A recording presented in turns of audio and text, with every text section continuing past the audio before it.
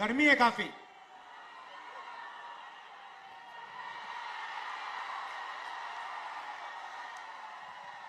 और मोदी जी जवाब देते हैं, ओ चमचो, नरेंद्र मोदी कुछ नहीं करता है, सब कुछ अपने आप होता है। नरेंद्र मोदी को धरती पे परमात्मा ने भेजा है, बाकी सब लोग बायोलॉजिकल हैं, माता पिता से पैदा हुए हैं। नरेंद्र मोदी बायोलॉजिकल नहीं है। नरेंद्र मोदी जी ऊपर से टपक के आए हैं, उनको परमात्मा ने हिंदुस्तान भेजा है परमात्मा का काम करने के लिए। ये सेना का स्कीम नहीं है, ये नरेंद्र मोदी जी का स्कीम है, ये पीएम ऑफिस का स्कीम है। और इससे सेना का, देशभक्तों का, जवानों का अपमान किया जा रहा है, इसीलिए हम इस स्कीम को रद्द करने जा रहे हैं। भाइयों और बहनों, आपने नरेंद्र मोदी जी के इंटरव्यू देखे आजकल, वो चमचे वाले जिसमें चार पांच चमचे बैठते हैं और नरेंद्र मोदी से सवाल पूछते, वो देखे आपने? अखिलेश जी से इंटरव्यू करते हैं तो उल्टे सीधे सवाल पूछते हैं, मगर नरेंद्र मोदी जी से सवाल पूछते हैं तो कहते हैं, मोदी जी आप आम कैसे खाते हो? मोदी जी आप आम छील के खाते हो या काट के खाते हो? मोदी जी आम खाने से पहले आप उसको धोते हो? और मोदी जी जवाब देते हैं, ओ चमचो, नरेंद्र मोदी कुछ नहीं करता है, सब कुछ अपने आप होता है। नरेंद्र मोदी को धरती पे परमात्मा ने भेजा है, बाकी सब लोग बायोलॉजिकल हैं, माता पिता से पैदा हुए हैं। नरेंद्र मोदी बायोलॉजिकल नहीं है। नरेंद्र मोदी जी ऊपर से टपक के आए हैं, उनको परमात्मा ने हिंदुस्तान भेजा है परमात्मा का काम करने के लिए। मजे की बात यह है कि परमात्मा ने उनको अदानी जी की मदद करने के लिए भेजा है, अंबानी जी की मदद करने के लिए भेजा है, मगर परमात्मा ने उन्हें किसान को मदद करने के लिए नहीं भेजा, मजदूर को मदद करने के लिए नहीं भेजा, जाति जनगणना करवाने के लिए नहीं भेजा। अजीब सी बात है भाइयों और बहनों, अगर सचमुच में परमात्मा ने भेजा होता तो परमात्मा कहते कि हिंदुस्तान के सबसे कमजोर लोगों की मदद करो, किसानों की मदद करो, मजदूरों की मदद करो, गरीबों की मदद करो। नरेंद्र मोदी जी के परमात्मा ने उन्हें कहा, नरेंद्र मोदी जी अदानी की मदद करो, हिंदुस्तान के सारे एयरपोर्ट अदानी को दे दो, हिंदुस्तान के पावर प्लांट्स को अदानी को दे दो, रेलवे अदानी को दे दो। 16 लाख करोड़ रुपए कर्जा माफ करो अदानी अंबानी का। ये कैसे परमात्मा है? ये नरेंद्र मोदी जी वाले परमात्मा है। भाइयों और बहनों,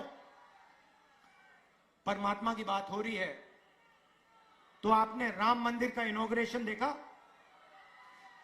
राम मंदिर के इनॉग्रेशन में हिंदुस्तान के राष्ट्रपति जो आदिवासी हैं, उन्हें कहा जाता है तुम्हें नहीं आना है, तुम्हारा चेहरा नहीं दिखना चाहिए। राम मंदिर के इनॉग्रेशन में एक पिछड़ा वर्ग का व्यक्ति नहीं था, एक दलित नहीं था, एक किसान नहीं था, एक मजदूर नहीं था, अंबानी अदानी की लिस्ट लगी हुई थी वहां पर। तो जो भी ये करते हैं अदानी अंबानी के लिए करते हैं। अब हमें काम करना है, इंडिया गठबंधन की सरकार आ रही है। मैं आपको सिर्फ आज 2 चीजें कहना चाहता हूं। सबसे पहले भाइयों और बहनों, 4 जून इंडिया गठबंधन की सरकार बनेगी, हिंदुस्तान के गरीब परिवारों की लिस्ट बनेगी, करोड़ों लोगों के नाम उस लिस्ट में होंगे, हर परिवार में से एक महिला का नाम चुना जाएगा, करोड़ों महिलाओं के नाम एक लिस्ट में लगेंगे। उसके बाद 5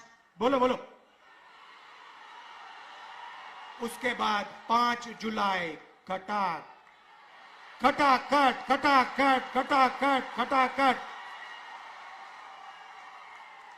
खटाखट खटाखट खटाखट 5 जुलाई, 5 अगस्त, सितंबर, अक्टूबर, नवंबर, दिसंबर। मीडिया वाले लोग कहेंगे देखो देखो इंडिया गठबंधन गरीबों की आदत बिगाड़ रहा है। हम उनसे कहेंगे ज्यादा बोला तो दुगना कर देंगे। आप लोग अंबानी के हो, अदानी के हो, आप अपना काम करो, आप उनकी शादी दिखाओ, हम अपना काम करेंगे। हमारा काम गरीबों के बैंक अकाउंट में, किसानों के बैंक अकाउंट में, महिलाओं के बैंक अकाउंट में हिंदुस्तान का धन डालने का है। हम उस काम को पूरा करेंगे। भाई और बहनों, किसानों का कर्जा माफ होगा, मिनिमम सपोर्ट प्राइस कानूनी मिलेगी। मनरेगा में आज 250 रुपए मिलते हैं, 400 रुपए मिलेंगे। और आशा और आंगनवाड़ी की जो महिलाएं हैं, जितनी भी उनकी आज आमदनी है उसको हम डबल कर देंगे।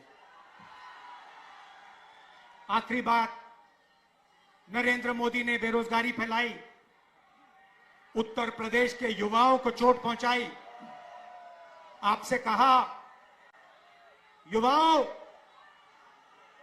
नाली के ओर जाओ, नाली में पाइप डालो, नाली में से गैस निकलेगी, पाइप को चूल्हे में लगाओ और पकौड़े बनाओ। और उसके बाद कहते हैं परमात्मा ने कहा है कि मैं हिंदुस्तान के युवाओं को नाली के गैस से पकौड़े पकाना सिखाऊं। आपको बेरोजगार बनाया, 30 लाख सरकारी नौकरियां इंडिया गठबंधन के आते ही आपके हवाले कर देंगे। बेरोजगार युवाओं के बैंक अकाउंट में, गर्मी है काफी,